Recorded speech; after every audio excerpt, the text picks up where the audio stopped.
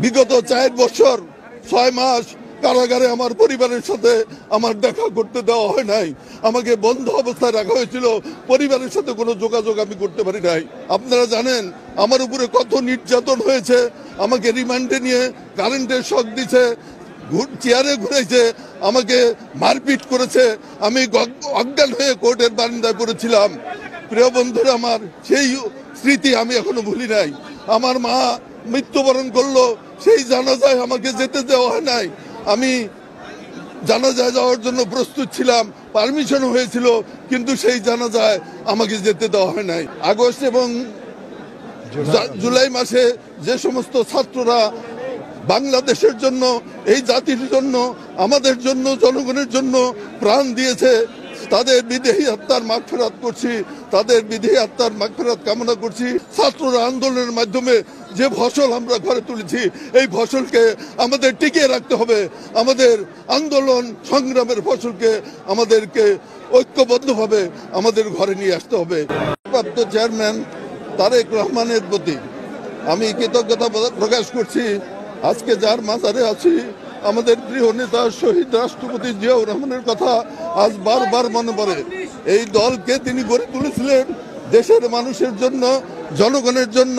আমি তার প্রতি শ্রদ্ধা জ্ঞাপন করছি এবং তার বিদেহী আত্মার মাগফিরাত করছি। আমরা যেন আমাদের নেতা তারেক রহমানের নেতৃত্বে বাংলাদেশকে নতুনভাবে গড়ার যে স্বপ্ন, সেই স্বপ্ন আমরা বাস্তবায়ন করতে পারি। সেই দিকে আমাদের নজর রাখতে হবে। আমাদের ভুলে গেলে চলবে না। আওয়ামী লীগ যে কাজ করেছে, আমরা সেই কাজ করব না।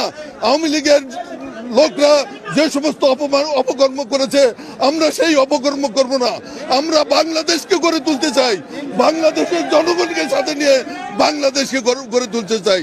এবং মনে রাখবেন, তারেক রহমান একটি কথা বলেছেন, আমরা জেলখানা থেকে শুনেছি, যে বিএনপির নাম ব্যবহার করে কিছু অপকর্ম করা হয়েছে। আপনারা আজকে বিএনপির নাম ব্যবহার করে যাতে কেউ অপকর্ম করতে না পারে, সেই দিকে আপনাদের লক্ষ্য রাখতে হবে, কাজ করতে হবে। এবং আমি যতদিন বেঁচে আছি, ইনশাল্লাহ অন্যায়ের বিরুদ্ধে, জুলুমের বিরুদ্ধে, সন্ত্রাসের বিরুদ্ধে, চাঁদাবাজের বিরুদ্ধে আমাদের সংগ্রাম অব্যাহত রাখবো। এবং যাবজ্জীবন কারাদণ্ড দেওয়া হয়।